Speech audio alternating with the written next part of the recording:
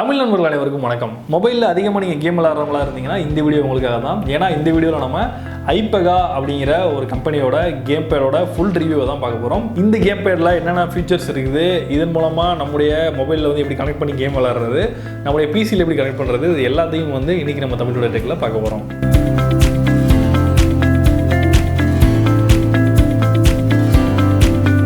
நம்ம video updates உடனுக்குடன் வேணும்னா சப்ஸ்கிரைப் பட்டனை ப்ரெஸ் பண்ணிவிட்டு பெல் பட்டனையும் சேர்த்து ப்ரெஸ் பண்ணிடுங்க.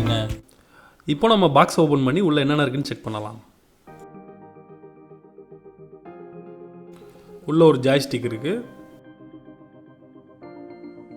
இன்ஸ்ட்ரக்ஷன் மேனுவல் இருக்குது, இதோட ஒரு மைக்ரோ யூஎஸ்பி கேபிளும் கொடுத்துருக்காங்க.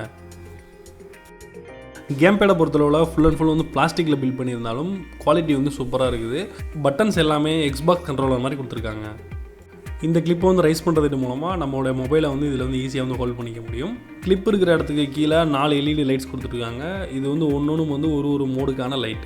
இப்போ நம்முடைய மொபைலில் கேம் வந்து ப்ளே பண்ணி எப்படி ஒர்க் ஆகுதுங்கிறது